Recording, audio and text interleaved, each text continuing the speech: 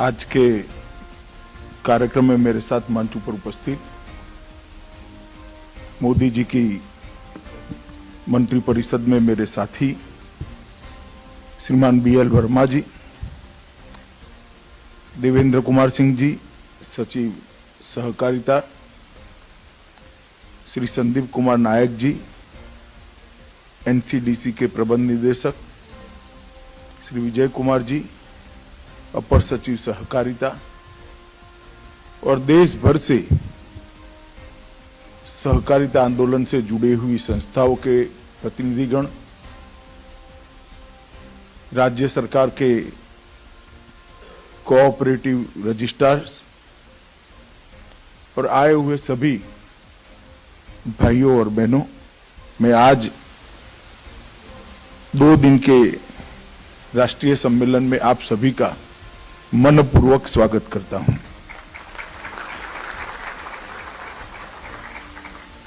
आज यहां पर जैसा मैंने कहा, राष्ट्रीय स्तर पर काम करने वाली सभी संस्थाओं के अध्यक्ष, प्रबंध निदेशक, भारत सरकार के विभिन्न मंत्रालय जो सहकारिता के काम से जुड़े हुए हैं, सभी मंत्रालय के प्रतिनिधि और 36 राज्य सरकारों के प्रतिनिधि आज यहां पर उपस्थित हैं और ये दो दिन का सेमिनार नई सहकार नीति, इस पर एक विचार मंथन करने के लिए आयोजित किया गया है। मित्रों, 6 जुलाई 2021 का दिन भारत के सहकारिता क्षेत्र के लिए बहुत महत्वपूर्ण दिन था, क्योंकि सालों से सहकारिता से जुड़े हुए क्षेत्र के सभी लोगों की एक मांग थी कि भारत सरकार सहकारिता के सिद्धांत को मान्यता दे, प्रमुखता से इसके काम को गति देने के लिए एक अलग मंत्रालय का निर्माण करें। कोई न कोई कारणों से ये चीजें टलती जाती थी। अंततोगत्वा 6 जुलाई 2021 को देश के प्रधानमंत्री मोदी जी ने निर्णय लिया और भारत में पहली बार भारत सरकार ने सहकारिता मंत्रालय की स्थापना की।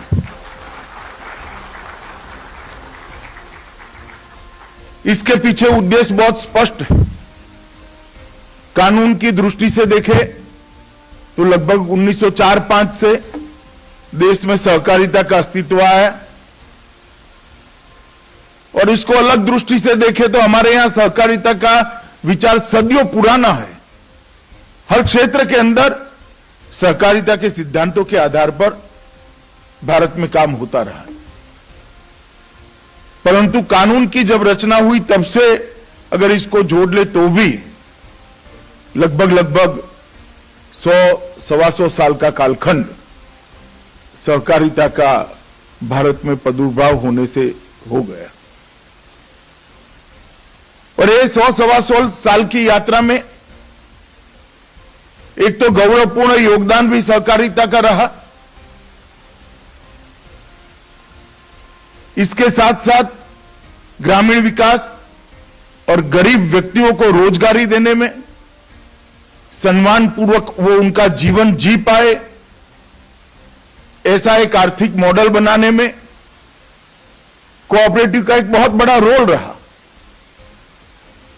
और आजादी के आंदोलन से ही कोऑपरेटिव ने कुछ जगह पर तो अंग्रेज सरकार के खिलाफ एक नया आर्थिक मॉडल खड़ा करने का भी प्रयास किया।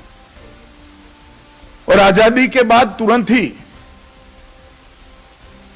विशेषकर सरदार पटेल के प्रयासों से देश भर के अंदर सहकारिता आंदोलनों को बड़ी गति मिली। परंतु कालक्रम में ये नजर में आया कि लगभग 1960-70 के दशक से सहकारिता आंदोलन में स्थगितता भी आई और डिटोरिएशन भी आया। कई सारे राज्यों में से डिटोरेशन देखने को मिला। आज भी बहुत सारे राज्य अच्छा कर रहे हैं, और आज थोड़ा इसका विहंगावलोकन करते हैं, इसका एक एनालिसिस करते हैं, विश्लेषण करते हैं, तो देश की सहकारिता का आंदोलन 3 विभागों में स्पष्ट रूप से दिखाई पड़ता है। एक, सहकारिता के क्षेत्र दृष्टि से डेवलप राज्य, जहां कंट्रीब्यूशन बहुत बड़ा है, इसके अंदर भी बहुत सारी क्षतियां भी है, बहुत सारा कुछ अच्छा हो भी सकता है, मगर फिर भी हम उसको डेवलप राज्य कह सकते हैं। कुछ ऐसे राज्य हैं जो डेवलपिंग राज्य है, या तो जिन्होंने डिटोरिएशन को रोक दिया है, और कुछ ऐसे राज्य हैं जो अंडर डेवलप राज्य है।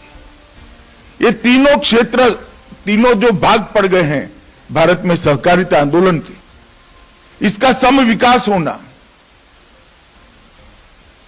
जैसे डेवलप राज्य है वहां कोई गांव ऐसा न रहे जहां पैक्स या दूध सहकारी मंडी न हो, कोऑपरेटिव न हो, या क्रेडिट सोसाइटी न हो, जहां कोऑपरेटिव बैंक्स न हो, कोई ऐसा क्षेत्र न रहे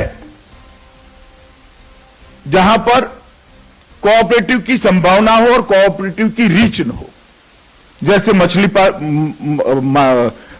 मत्स्य उद्योग, जैसे कंस्ट्रक्शन, उत्पादन, कई सारे क्षेत्रों में, मेडिकल के क्षेत्र में भी अब कोऑपरेटिव की अपार संभावनाएं पड़ी हैं, टेक्सटाइल के क्षेत्र में भी कोऑपरेटिव की अपार संभावनाएं बैठी है। खादी ग्राम उद्योग बोर्ड के चेयरमैन साहब यहां बैठे हैं, ढेर सारा काम हो सकता है। तो जो डेवलप राज्य है उसको सैचुरेशन की ओर ले जाना, जो डेवलपिंग राज्य है उसको डेवलप बनाना, और जो पिछड़े हुए राज्य है उसको सीधा डेवलप राज्य की कैटेगरी में ले जाने के लिए रणनीति बनाना।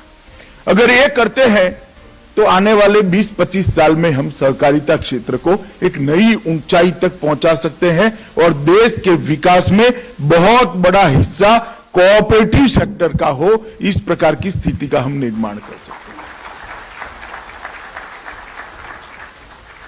करने को तो इंडस्ट्री लगेगी तो भी देश का विकास होगा, कॉरपोरेट कंपनियां भी देश का विकास करेगी, इसमें कोई दो राय नहीं है। परंतु मुनाफा का समभाव से वितरण केवल और केवल कोऑपरेटिव कर सकती है। पूरा मुनाफा उसके शेयरधारकों के पास चला जाए, इसके स्टेक होल्डर्स के पास चला जाए, और मिनिमम मैनेजमेंट का खर्चा ही हो, ये केवल और केवल कोऑपरेटिव के माध्यम से होता है। तो देश का एक ऐसा तबका जो 60-70 करोड़ का है, जो आर्थिक विकास की दृष्टि से पिछड़ा हुआ है, उसको आर्थिक रूप से संपन्न बनाना है, तो कोऑपरेटिव एकमात्र जरिया देश के सामने है, एकमात्र मॉडल ऐसा है जो देश के 80 करोड़ लोगों को आर्थिक रूप से संपन्न बना सकता है। और ये प्रयोग हमने देखे हैं, चाहे लिज्जत हो, चाहे अमूल हो, चाहे कर्नाटक की मिल्क कोऑपरेटिव्स हो, ये प्रयोगों को हमने देखा है, इसके अच्छे परिणामों को भी देखा है। और महिला सशक्तिकरण की बात करने वाले लोगों को मैं कहना चाहता हूं कि त्रिभुवनदास पटेल जी ने शुरू की हुई एक छोटी सी डेयरी आज महिला सशक्तिकरण का बहुत बड़ा माध्यम हुई है। 60,000 करोड़ रुपया गुजरात की महिलाओं के बैंक अकाउंट में सीधा चला गया। इससे बड़ा इनका एम्पावरमेंट नहीं हो सकता। परंतु ये सब करना है तो सहकारिता आंदोलन को आज के समय की हमारे सामने जो चैलेंजेस हैं, इसके लिए तैयार करना पड़ेगा। हमारे यहां जो स्थगितता आ गई है, स्थगितता को दूर करना पड़ेगा। हमारे यहां बहुत सारी चीजें बदलने की जरूरत है, वो बदलाव लाने पड़ेंगे। हमें पारदर्शिता लानी पड़ेगी, तभी जाकर छोटे से छोटे किसान का भरोसा हम पर बढ़ेगा।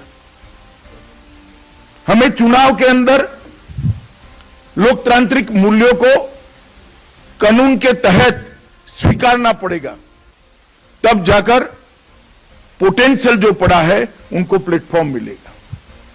जब तक पोटेंशियल जो पड़ा है उसको प्लेटफॉर्म नहीं मिलता है, कोई क्षेत्र अपनी प्रगति नहीं कर सकता है। अगर पोटेंशियल वाले लोगों को प्लेटफॉर्म देना है तो लोकतांत्रिक तरीकों को हमने और मजबूत और सुदृढ़ और कठोरता के साथ लागू करना पड़ेगा।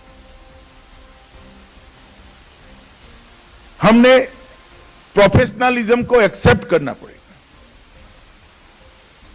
कॉर्पोरेट गवर्नेंस के सारे सिद्धांतों को कोऑपरेटिव की भावना के साथ स्वीकारना पड़ेगा।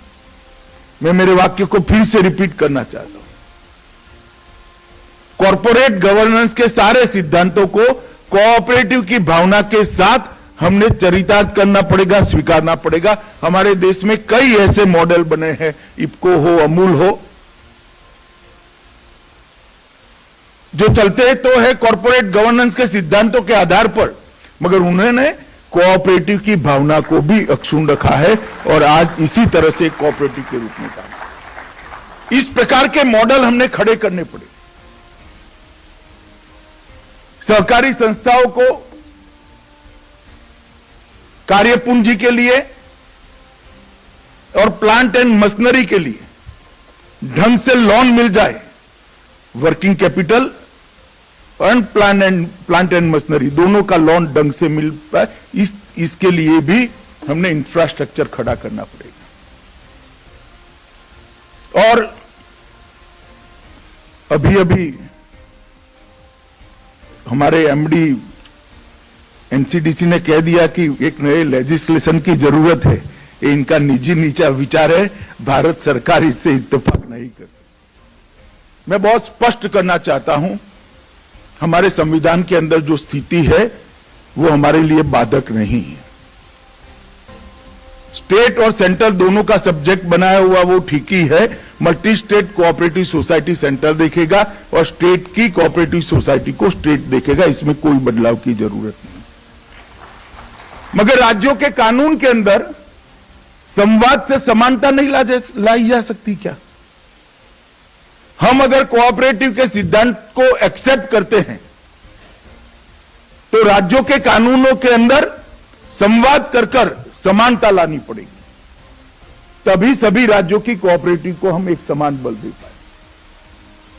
और इस संवाद की प्रक्रिया मैं मानता हूं मेरे मंत्रालय की जिम्मेदारी है, सभी राज्यों के साथ कोऑर्डिनेशन कर संवाद कर एक साझा मसौदा बनाकर एक बहुत बड़ा राज्यों की विधानसभाओं के सामने हम एक मसौदा रखें सहकारी कानून के अंदर बदलाव करने का।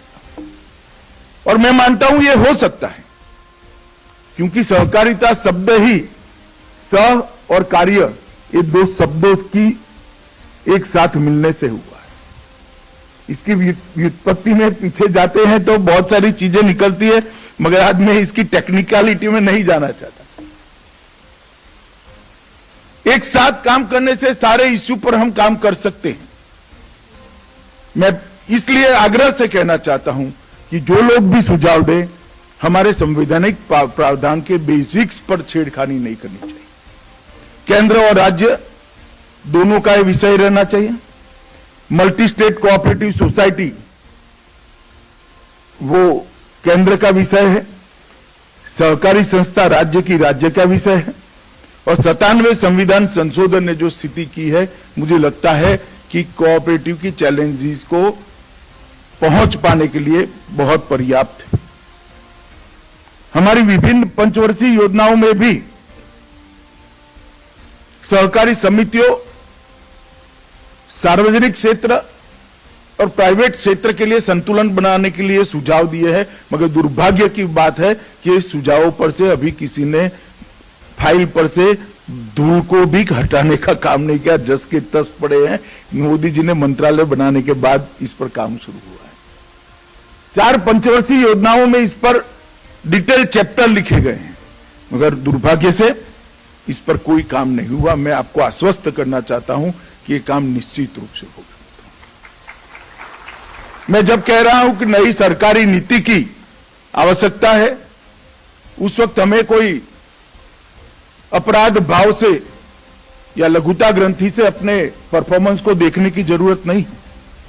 देश में लगभग आज 8,55,000 कोऑपरेटिव अच्छे चल रहे हैं। 8,55,000 कोऑपरेटिव, 1,77,000 क्रेडिट सोसाइटीज चल रही हैं। अन्य 60 लाख सहकारी समितियां चल रही हैं। 17 राष्ट्रीय स्तर के सहकारी संघ हैं। 33 स्टेट कोऑपरेटिव बैंक्स हैं। 63,000 से ज्यादा एक्टिव पैक्स हैं। पैक्स के अंदर समाहित गांव लगभग सारों को समाहित कर लिया गया है और 12 करोड़ से ज्यादा रीच है हमारी, 12 करोड़ से ज्यादा सदस्य है और लगभग 51% गांवों में आज कोऑपरेटिव की प्रेजेंस बनी हुई। ये बताता है कि हमारा काम कितना सरल है। इतनी मजबूत नींव पर एक इमारत खड़ी करनी है। धीरे हमारी पॉलिसी, हमारे कार्यकलाप और जरूर पड़े तो कानून भी जो कालबाह्य होता जा रहा है उसको हमने सोच विचार कर बदलना पड़ेगा। और देश के विकास में ढेर सारा योगदान कोऑपरेटिव्स का है। एग्रीकल्चर फाइनेंस में लगभग 25%, उर्वरक वितरण मतलब खाद का वितरण 35%, खाद का उत्पादन 25%, चीनी का उत्पादन 31%, दूध की खरीदी और उत्पादन और मार्केटिंग करीब 25%, गेहूं की खरीदी 13%, धान की खरीदी 20% और मछुआरा मतलब मछली उत्पादन 21%। ये बड़ा स्ट्रॉन्ग बेस है हमारे पास। इस बेस को हमने इस पर एक बहुत बड़ी इमारत बनानी है। जो हर्डल्स दिखाई पड़ते हैं इसको नए प्रावधान कर नई नीति बनाकर और सामंजस्य बिठाकर हटाना है। और ये तभी हो सकता है कि आज की सभी रिक्वायरमेंट्स को पूरा करने वाली, सभी जरूरियातों को पूरा करने वाली समग्रता से एक सहकारी नीति बनाई जाए। इसलिए सहकार मंत्रालय के गठन के दूसरे ही दिन मैंने एक बैठक में उस वक्त जो सचिव थे उनके सामने एक विचार रखा था। उसको कंसेप्चुअलाइज करते करते थोड़ा समय तो गया, परंतु अब एक खाका बन गया है और मुझे लगता है कि 8-9 महीने के समय में हम एक संपूर्ण अद्यतन सहकारी नीति देश के सामने रख पाएंगे, जो पैक्स से लेकर एपेक्स तक सभी सहकारी समितियों के जरूरियातों को एड्रेस करेगी और एक ऐसा वातावरण की निर्मित करेगी जिससे सहकारिता का विस्तार हो, इसके अंदर नए नए आयाम जुड़े, नए नए क्षेत्र जुड़े और वो टीम की भावना से ही हो सकता है। टीम से मेरा मतलब है टी माने ट्रांसपेरेंसी, एम्पावरमेंट, ए से आत्मनिर्भर और एम से मॉडर्नाइजेशन। पूरी सहकारिता क्षेत्र का कंप्यूटराइजेशन और जो बड़ी बड़ी सहकारी समितियां हैं उनके कामकाज में मॉडर्नाइजेशन और प्रोफेशनलिज्म हमने लाना पड़ेगा। और जब तक ये नहीं लाएंगे तब तक हमारा काम पूरा नहीं होगा। मित्रों, नई शिक्षा नीति के उद्देश्य सहकार मंत्रालय तय करना नहीं चाहता। हम इसको ओपन एंडेड छोड़ना चाहते हैं।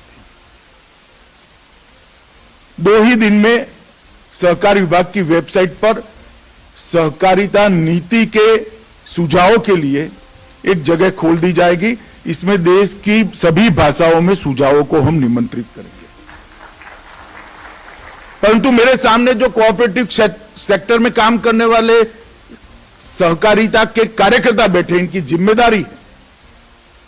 मानो स्टेट कोऑपरेटिव का फेडरेशन है, वो सभी स्टेट कोऑपरेटिव बैंक को कहे कि डिस्ट्रिक्ट कोऑपरेटिव बैंक के माध्यम से हर पैक्स पर ये बात पहुंच जाए कि आपका सहकारिता नीति के लिए जो सुझाव है वो आप इस साइट पर भेज सकते हो, इस जगह पर लॉग इन कर सकते हो। जैसे दुग्ध उत्पादक जिला संघ है, राज्य के संघ है, उन्होंने ग्रामीण दुग्ध उत्पादक सहकारी समिति के पास ये संदेश जरूर पहुंच, एक अनपढ़ से अनपढ़ बहन अंगूठा लगाकर कोई भी भाषा में, तमिल में हो, तेलुगु में हो, गुजराती में हो, मराठी, अपना सुझाव भेज दे। मैं विश्वास दिलाता हूं उसके सुझाव को कंसीडर किया जाएगा और उसको खुले मन से देखकर इस पर विचार किया जाएगा, तभी जाकर समग्रता से नीति निर्धारित हो सकती है।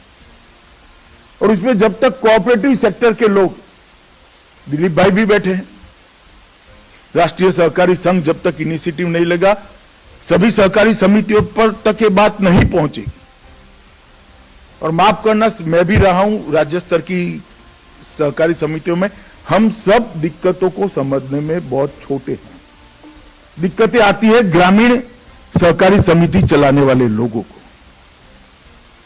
छोटी सी कोऑपरेटिव बैंक चलाने वाले लोगों को दिक्कत आती है। जब तक उनके सुझाव नहीं आ जाते, हो सकता है वो सुझाव सहकारिता की नीति बनाने के लिए उपयोग न हो, मगर सहकारिता के हर्डल भी तो दूर करने हैं। तो एक ही एक्सरसाइज से दो काम होते हैं, तो क्यों न करें हम? तो इसको नीचे तक पहुंचाना चाहिए। और इसके सहकारिता नीति के लिए एक बैकग्राउंड पेपर दिया है, मगर इसको आप सुझाव मानकर ही चलेगा, आप कोई भी सुझाव भेज सकते हो। मैं अपनी ओर से कुछ चीजें जरूर कहना चाहता हूं कि सहकारिता की नीति जो नई बनेगी, इसमें कम से कम इतनी चीजों को तो हमने एड्रेस करना चाहिए। कम से कम आप कोई भी सुझाव भेज सकते हो, जैसे फ्री रजिस्ट्रेशन। राजनीतिक उद्देश्य से आज कोऑपरेटिव सोसाइटियों का रजिस्ट्रेशन, विशेषकर एग्रीकल्चर कोऑपरेटिव सोसाइटियों का रजिस्ट्रेशन बंद हो गया है। फ्री रजिस्ट्रेशन के लिए हम नीति में क्या प्रोविजन कर सकते हैं? पारदर्शिता, एडमिनिस्ट्रेशन के अंदर पारदर्शिता, भर्ती के अंदर पारदर्शिता रिक्रूटमेंट में, और प्रशिक्षकों के प्रशिक्षण के अंदर भी और कर्मचारियों के प्रशिक्षण के अंदर भी पारदर्शिता। पेपर पर प्रशिक्षण बताना, कागज पर प्रशिक्षण बताना, मैंने भी जिला सहकारी संघ चलाया है, मुझे अनुभव है किस प्रकार से कागज खड़े होते हैं। इसके अंदर भी भारी बदलाव करना पड़ेगा।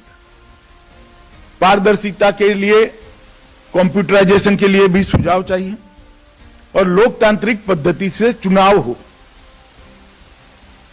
जैसे भारत का चुनाव आयोग चुनाव कराता है, पहली लाइन में बैठे हुए लोगों को मेरी बात जरूर पसंद नहीं आएगी, क्योंकि उनको चुनाव लड़ना है, मगर हमें पारदर्शिता लानी पड़ेगी। क्या हम कोई ऐसी तटस्थ संस्था का विचार नहीं कर सकते जो कोऑपरेटिव के चुनाव को हर स्तर पर पारदर्शी तरीके से, तटस्थता के साथ करा सके? इसके बाद दूसरा मुद्दा है, तीसरा मुद्दा है, पहला फ्री रजिस्ट्रेशन, पारदर्शिता, तीसरा मुद्दा है अलग अलग सहकारी संस्थाओं में समन्वय। एक गांव में 5 सहकारी संस्थाएं चल रही है, मगर वो सबके बीच में समन्वय की कोई व्यवस्था नहीं, ना एक दूसरे को मदद करने की कोई व्यवस्था है। हर गांव के अंदर जितने भी कोऑपरेटिव्स है, इसकी एक कोऑपरेटिव, नोडल कोऑपरेटिव बनकर वो और कोई काम नहीं करेगी, सिर्फ समन्वय का काम करेगी। इसके अंदर कोऑपरेटिव महिला स्व-सहायता जुट भी होगा, इसके अंदर पैक्स भी होगा, इसके अंदर मार्केटिंग की कोऑपरेटिव भी होगी। हम एफपीओ में भी कोऑपरेटिव लाने वाले, अगर एफपीओ कोऑपरेटिव रजिस्टर है तो वो भी होगा, दुग्ध उत्पादक समिति है तो वो भी होगी, छोटी सी कपड़ा बुनने वाले लोगों की कोऑपरेटिव है तो वो भी होगी, और वो सब बैठकर एक गांव का रोजगारी से लेकर स्वच्छता से लेकर गांव को आत्मनिर्भर बनाने की सभी चीजों का चिंता करेंगे और एक दूसरे को मदद भी करेंगे। ऐसा एक कानूनी खाका क्या हम बना सकते हैं? मुझे लगता है समय की ये जरूरियात है। अगर ये 50 साल पहले किसी ने बना लिया होता तो बहुत सारी कोऑपरेटिव आज बंद न हो गई। इस पर भी हमने विचार करना चाहिए। चौथा बिंदु है राज्यों के कानूनों के बीच में संवाद से समानता लाने का प्रयास करना। राज्य का कोऑपरेटिव कानून एक्सक्लूसिवली राज्य की विधानसभा का अधिकार है, इसमें हम कोई हस्तक्षेप नहीं करना चाहते, परंतु संवाद कर समन्वय बनाकर और सहमति से कानून के बीच में समानता लाए बगैर कोऑपरेटिव लंबा नहीं चल सकता। मैंने एग्जाम्पल के लिए उत्तर प्रदेश, सिक्किम, गुजरात और उड़ीसा 4 राज्यों के कोऑपरेटिव कानूनों को कंपेरेटिव करके मैंने ही स्टडी किया है। मैं बताता हूं, ये 4 पीढ़ी के एक कानून है, 4 पीढ़ी के। अब नहीं चल सकता। 1950 का कानून 2022 में कैसे चल सकता है? इसको बदलना पड़ेगा, मगर इसके लिए संवाद और समन्वय और फिर सहमति और फिर बदलाव, यह प्रक्रिया लंबी जरूर है मगर बहुत जरूरी। कोई चीज थोप कर नहीं की जा सकती, इस पर हमने विचार करना पड़ेगा। अगला बिंदु है नए आयामों को तराशना, जैसे insurance, health, tourism, processing, storage और सेवा क्षेत्र। मुझे जो ध्यान में आए वो बिंदु लिखे, मगर कोऑपरेटिव को नए आयामों में भी ले जाकर इसका व्याप बढ़ाना चाहिए और इसका व्याप बढ़ाने के लिए नई सहकारिता नीति के अंदर इसका हमने व्यवस्था करनी पड़ेगी, प्रोविजन भी करना पड़ेगा। इसके बाद में छठा बिंदु है हर गांव तक रीच पहुंचाना।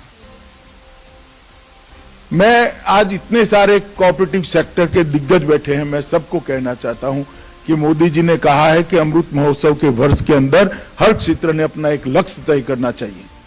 क्या हम लक्ष्य तय कर सकते हैं कि आज हम 75वें साल में है आजादी के, 85 साल होते होते देश के हर गांव में दूध उत्पादक मंडली और पैक्स जरूर होंगे।